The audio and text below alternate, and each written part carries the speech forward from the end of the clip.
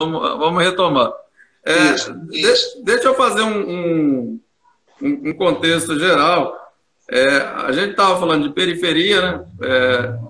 Porque a gente trabalha aqui na periferia, com ONG.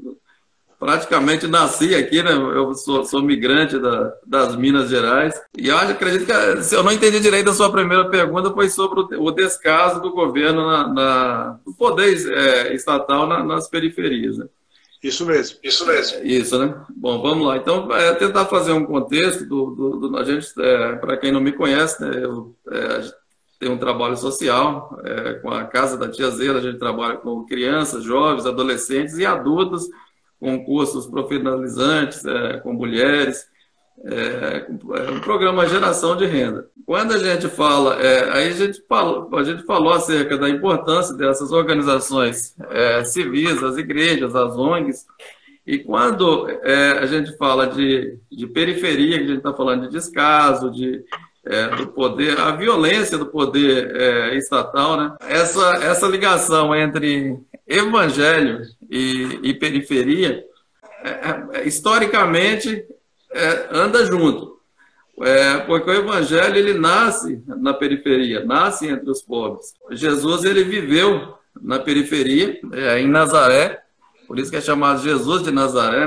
Nazaré era um local carente e sofria a discriminação dos demais moradores de Israel, né? Quando falava, por isso que tem uma expressão lá de Natanael que fala: pode vir alguma coisa boa de Nazaré, porque Nazaré era uma periferia e vivia sobre esse estigma, né, esse preconceito do povo de Israel.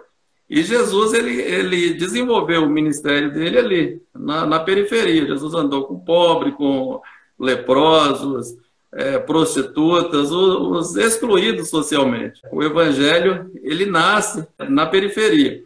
E os 3 primeiros séculos, o evangelho continua sendo uma experiência popular e periférica.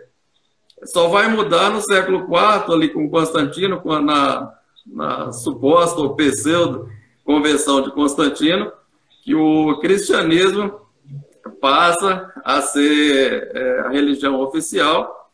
Daí o cristianismo deixa de ser popular e é abraçado como uma instituição, se torna amante do poder.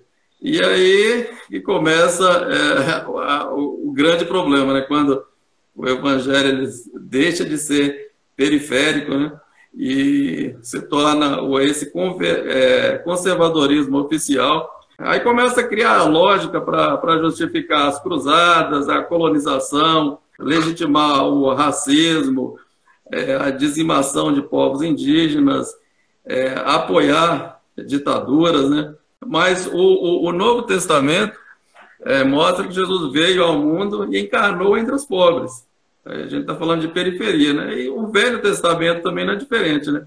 É a história de um povo oprimido que peregrinou pelo deserto, entra na Terra Prometida, monta um estado opressor, e daí os profetas vêm e começam a denunciar essas injustiças sociais e todo esse descaso. Então, Jesus, ele mostrou o compromisso com os pobres, com os necessitados. Ele denunciou esse acúmulo de riqueza, por isso ele foi perseguido, né? Então, a gente percebe que o evangelho nasce com os oprimidos, com vítimas de preconceito, né? E só então, né, a partir de Constantino, que quando o evangelho, a religião e o Estado se unem, aí não dá nada certo, né? Então, esse pano de fundo é para mostrar que, assim, esses que mataram Jesus no primeiro século, que sacraliza, né, o acúmulo de riqueza e naturaliza essa desigualdade social, é o modelo de uma religião que busca o poder, né? Você estava falando desse segmento evangélico que anda com Bolsonaro, uma pessoa que é antítese de um cristão, né? Defende a ditadura, exalta torturadores, defende a tortura. Então, quer dizer, é o contrário do evangelho, né? É uma antítese de uma pessoa, de um verdadeiro cristão. E esse modelo de cristianismo ele já inicia lá atrás, né? mas é importante saber com quem Jesus andaria hoje. Ele andaria e continua nas periferias, né, com as vítimas de violência operada pelo próprio Estado, e não nos palácios, né, buscando poder, com essas pessoas que naturalizam essa desigualdade social, né? E muito pelo contrário, os profetas do Velho Testamento, eles denunciaram toda essa opressão. Então, ser cristão é ter Jesus Cristo como um Deus encarnado, é seguir os passos de Jesus de Nazaré, né? Ter uma vida compartilhada, chorar a dor do mundo, perceber o grito de Deus nos que sofrem, buscar a justiça. E o Evangelho é a revolução das revoluções, né? Então, acredito que esse pano de fundo mostra essa diferença, né? E essa pluralidade do evangelicalismo brasileiro, desse segmento que busca o poder, que usa a mídia para influenciar e para manter um governo que tira direitos trabalhistas, direitos sociais, direitos previdenciários, e isso aí está longe de ser evangelho, é o eu-evangelho, né, que é uma coisa de egoísta, e não tem nada a ver com o evangelho de Cristo.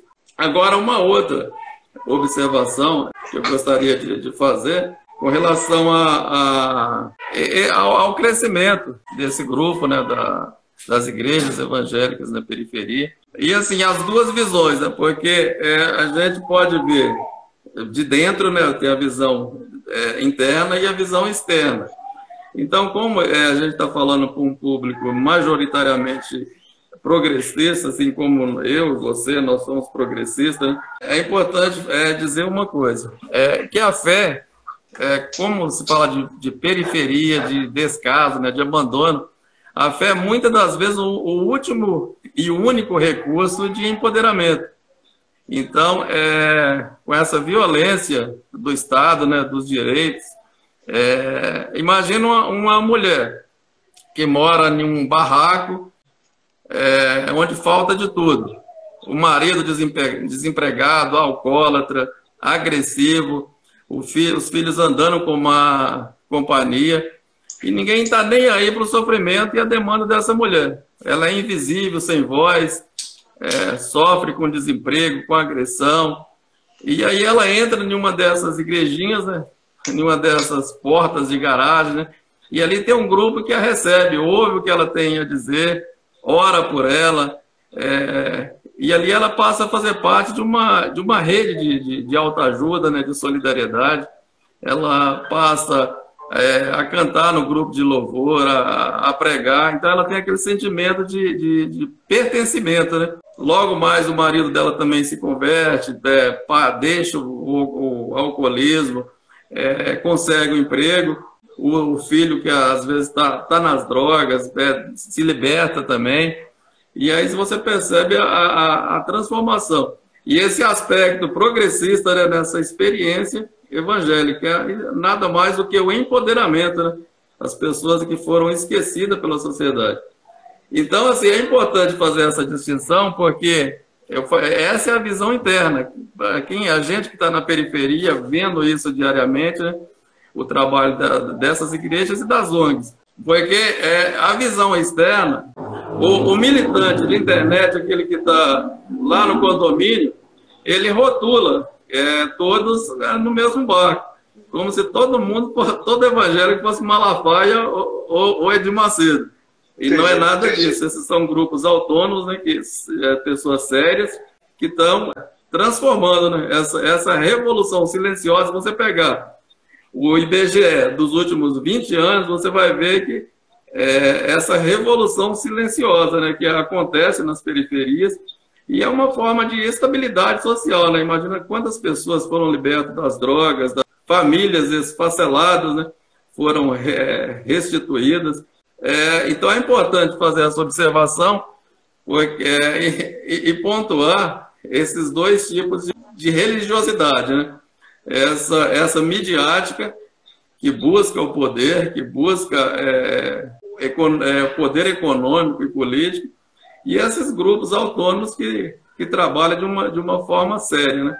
E então é importante fazer isso aí para que as pessoas possam reconhecer, né? E nós que somos do campo progressivo, porque as críticas, porque nem todo mundo é conservador, né? Então, assim, acaba rotulando, acaba afastando, né? Então, acredito que a gente deve se aproximar desses grupos e mostrar, né, a visão progressista, né, das mudanças importantes, né, e unir as bandeiras, né, que são muitas causas e muitas demandas.